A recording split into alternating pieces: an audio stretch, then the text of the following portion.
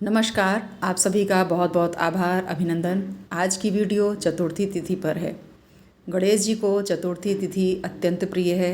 चतुर्थी तिथि गणेश जी को क्यों प्रिय है? चतुर्थी पर गणेश जी की पूजा क्यों की जाती है? चतुर्थी पर गणेश जी की पूजा करने का क्या फल है? आज की पूरी वीडियो बहुत खास होने वाली है, इसलिए इन सब बारे में जानने के लिए वीडियो को आखिरी तक ज़रूर देखिएगा। आज की मेरी वीडियो थोड़ा लंबी हो जाएगी।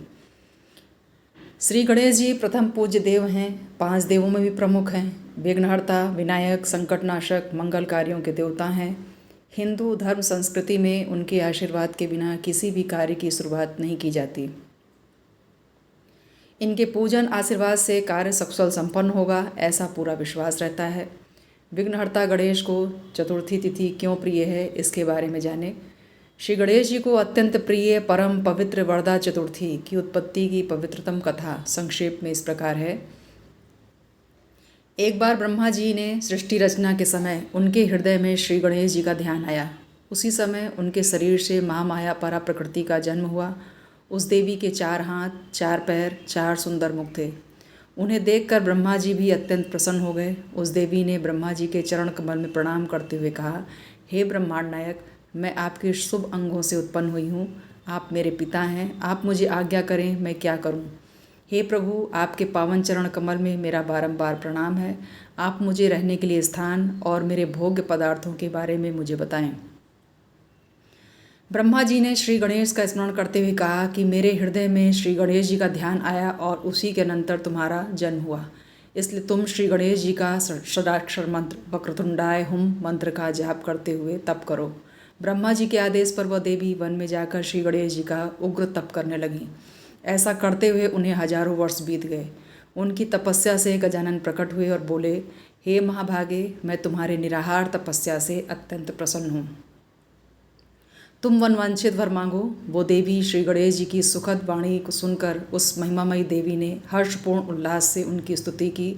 इस पर गणेश जी ने कहा, हे देवी, मैं तुम्हारे तप और तुम्हारी स्तुति से अत्यंत संतुष्ट हूँ। तुम अपनी इच्छा व्यक्त करो। उस देवी ने परम प्रभु गजानन के चरणों को प्रणाम करते हुए कहा, हे करुणानिधि, आप मुझे अपनी भक्ति प्रदान करें, जिससे मुझे सृष्टि के सृजन का सामर्थ्य प्राप्त हो। मैं आपकी सदा प्रिय रहूं और मुझे आपका कभी वियोग नहीं हो। श्री गणेश जी ने उन्हें वरदान दिया, तुम मुझे सदा प्रिय रहोगी, तुम समस्त तिथियों की माता होगी और तुम्हारा नाम चतुर्थी होगा। तुम्हारा बायां अंग कृष्ण और दक्षिण भाग शुक्ल होगा। निसंदेह तुम मेरी जन्म तिथि होगी। तुम्हारे में व्रत करने वाले का मैं विशेष रूप से पालन करूंगा। इस व्रत के समान कोई अन्य व्रत नहीं होगा। ये कहकर भगवान गजमुख अंतर्ध्यान हो गए। तिथियों की माता चतुर्थी गणपति का ध्यान करते हुए सृष्टि रचना करने लगी। ऐसा उनका बायां भाग कृष्ण और दक्षिण भाग शुक्ल हो गया। माँ भगवती शुक्ल वरदा चतुर्थी, जिसमें उन्होंने गणाध्यक्ष का ध्यान करते हुए सृष्टि रचना का उपक्रम किया, तो उनके मुख से प्रतिपदा, नासिका से द्वितीया, वक्षस्थल से तृतीया, उंगली से पंचमी, हृदय से षष्ठी, नेत्र से सप्तमी, बाजू से अष्टमी, उदर से नौमी, कान से दशमी, कंठ से एकादशी, पैर से द्वादशी, स्तन से त्रयोदशी, अहंकार से चतुर्दशी, मन से पूर्णिमा और जिह्वा से अमावस्या तिथि प्रकट हुई। सभी तिथियों सहित दोनों चतुर्थी ने भगवान गजमुख का ध्यान नाम जप करके तपस्या प्रारंभ की। इस प्रकार गणपति फिर प्रकट हुए। देव मध्याह्न शुक्ल चतुर्थी के समय पहुंचकर बोले, वर मांगो। शुक्ल चतुर्थी ने आदिदेव गजमुख के चरणों प्रणाम कर पूजा और स्तुति की। तदंतर उन्होंने कहा, प्रभु महाप्रभु गजमुख, मैं आपका वास स्थान हूँ। आप मुझे अपनी भक्ति प्रदान करें। गजमुख गणेश जी ने कहा, तुम मध्याह्न काल में मेरा दर्शन प्राप्त हुआ है, अतएव जो मध्याह्न काल मेरा भजन करेंगे, शुक्ल पक्ष की चतुर्थी को मेरे भक्तजन सदा तुम्हारा व्रत करेंगे, जो निराहार रहकर मेरे साथ तुम्हारी उपासना करेंगे, उनके सभी संचित पाप कर्म नष्ट हो जाएंगे और उन्हें मैं वो सब कुछ दूंगा। तुम्हारा नाम वरदा होगा। इतना कहकर विघ्नेश्वर अंतर्ध्यान हो गए। भगवती शुक्ल चतुर्थी का वरदा नाम विख्यात हुआ। इस व्रत को करने से धर्म, अर्थ, काम, मोक्ष की प्राप्ति होती है। सभी प्रकार की मनोकामनाएं पूरी होती हैं। इसके बाद भगवान गणपति ने रात्रि के प्रथम पहर में चंद्रमा के उदित होने पर कृष्ण चतुर्थी के समीप पहुंचकर कहा, भगवती तुम वर मांगो, मैं तुम्हारी अभिलाषा पूरी करूंगा। विघ्नहर्ता प्रभु के दर्शन एवं उनके वचन से प्रसन्न होकर भगवती कृष्ण चतुर्थी ने उनके मंगलमय चरण प्रणाम कर निवेदन किया, हे मंगलमय लंबोदर, यदि आप मुझसे प्रसन्न हैं तो कृपा पूर्वक मुझे अपनी भक्ति प्रदान करें। मैं आपके सदा प्रिय रहूं और मुझे कभी आपका वियोग नहीं हो। आप मुझे सर्वमान्य कर दें। कृष्ण चतुर्थी की श्रद्धा भक्ति पूर्ण वाणी से प्रसन्न होकर महोदर भगवान गणेश ने वर प्रदान करते हुए कहा, हे महातिथि, तुम मुझे सदा प्रिय रहोगी और तुमसे मेरा कभी वियोग नहीं होगा। चंद्रोदय होने पर तुमने मुझे प्राप्त किया है, अतः चंद्रोदय व्यापनी होने पर तुम मुझे अत्यधिक प्रिय होगी। मेरे प्रसाद से तुम उस समय अन्न जल त्याग कर उपासना करने वालों का संकट हरण करोगी। उस दिन व्रत उपवास करने वाले को तुम धर्म अर्थ काम मोक्ष सब कुछ प्रदान करोगी। उनके सभी पाप नष्ट हो जाएंगे। निश्चय ही सुख को भोग कर अंत में जन्म मृत्यु के पाश से मुक्त होकर मेरे दुर्लभ धाम में आएंगे। संकष्टी हरण देवी, निसंदेह मेरी कृपा से तुम सर्वदा लोगों को आनंद प्रदान करने वाली होगी। उस दिन मेरा व्रत निराहार रखकर करने वाले लोग रात्रि में चंद्रोदय होने पर मेरा पूजन करेंगे और अंत में कृष्ण पक्ष शुक्ल पक्ष की चतुर्थी का व्रत करने वालों की सभी मनोकामनाएं पूरी होती हैं। इस व्रत के प्रभाव से धन धान्य आरोग्यता की प्राप्ति होती है। समस्त आपदाएं नष्ट होती हैं। भगवान गणेश की कृपा से परमार्थ की सिद्धि होती है। भगवान गणेश की पूजा करने से उनके परिवार में दुख तकलीफ दूर रहते हैं। अपार सुख समृद्धि का वास हो जाता है। जो भी इनकी पूजा करता है उनके घर परिवार में कभी कोई कष्ट या दरिद्रता नहीं आती। गणेश जी की कृपा से उनकी आराधना करने वाले परिवार में सदा खुशियां वास करती हैं। कृष्ण पक्ष की सभी चतुर्थी तिथियां कष्ट निवारण करने वाली हैं और उसमें चंद्रोदय के समय चतुर्थी में व्रत की पूजा का विधान है।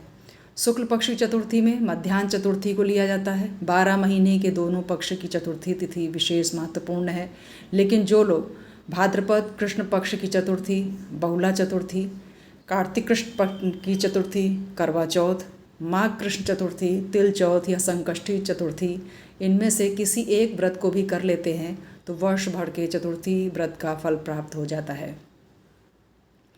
इसके साथ ही श्री गणेश जी का जन्म चरित्र बहुत विचित्र है। ऐसी मान्यता आती है कि एक असुर शिव का रूप बनाकर पार्वती से छल करने के लिए आया। अन्य मान्यता के अनुसार पार्वती के द्वार के बाहर शिव के गण थे। शिव जी जब अंदर जाने लगे, उनके गणों ने उन्हें नहीं रोका।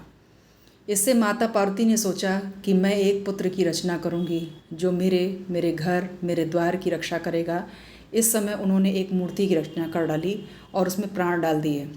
भगवान शंकर समाधि में थे, उन्हें इस बात का पता नहीं था।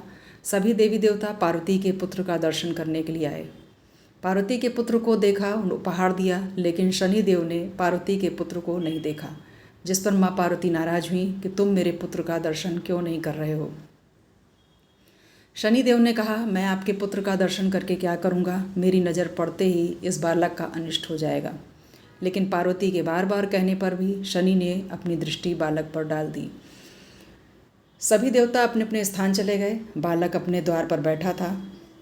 तभी शिव जी आए और उस बालक को जान नहीं पाए। उन्होंने अंदर जाने के लिए कहा। बालक ने भवन के अंदर पैर रखने को मना कर दिया। बालक ने कहा, पहले मैं अपनी माता से पूछ आऊँगा तो ही आप अंदर जाना। लेकिन शिव जी बालक की बात को न सुनकर अंदर जाने लगे और इसी क्रोध में दोनों में युद्ध ठन गया।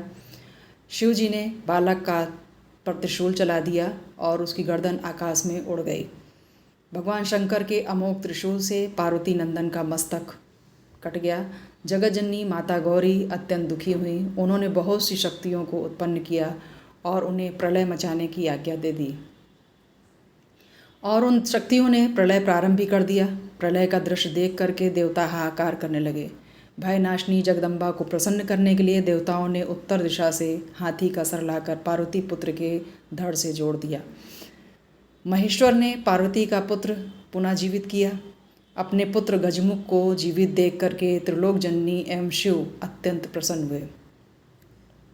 उस समय दयामयी पार्वती को प्रसन्न करने के लिए ब्रह्मा विष्णु और शिव आदि सभी देवताओं ने वहीं गणेश को सर्व अध्यक्ष गणाध्यक्ष घोषित किया। इस समय अत्यंत प्रसन्न देवादिदेव महादेव ने अपने वीर पुत्र गजानन को अनेक वर प्रदान करते हुए कहा, हे विघ्नाशक, तेरा नाम लेने वाले का हर कार्य संपन्न होगा। विघ्नहर्ता के कार्य में तेरा नाम सर्वश्रेष्ठ होगा, तू सबका पूज्य होगा। आशुतोष ने गणपति को पुनः वरदान देते हुए कहा, हे गणेश्वर, मास के कृष्ण पक्ष की चतुर्थी तिथि को चंद्रमा के शुभ उदय होने पर तेरा रूप प्रकट हुआ है, अतः इस तिथि पर व्रत करने वाले लोग तेरी पूजा करेंगे, उनके विघ्नों का विनाश होगा, सभी कार्य सिद्ध होंगे। सभी वर्ण के लोग तेरी पूजा करेंगे, विशेषकर स्त्रियां यह व्रत पूजा अवश्य करेंगे। जिस वस्तु की कामना होगी वह वस्तु प्राप्त हो जाएगी। भाद्रपद मास के कृष्ण पक्ष की चतुर्थी तिथि पर गणेश जी का मुख लगा, इसलिए चंद्रोदय होने पर इस व्रत को किया जाता है। पार्वती ने 12 वर्ष तक गणेश को पुत्र रूप में प्राप्त करने के लिए तपस्या की। शुक्ल पक्ष चतुर्थी मध्याह्न काल के समय भगवान गणेश पुत्र रूप में प्रकट हो गए, इसलिए इसे मध्याह्न व्यापनी तिथि में पूजा होती है। शाम को चंद्र दर्शन वर्जित है। यह तिथि चतुर्थी तिथि की उत्पत्ति, गणेश जी का प्रकट की कथा थी। आशा है आप सभी को वीडियो पसंद आई होगी। आगे की वीडियो के लिए चैनल को सब्सक्राइब करें, लाइक करें। वीडियो के अंत तक जुड़े रहने के लिए धन्यवाद। हर हर महादेव।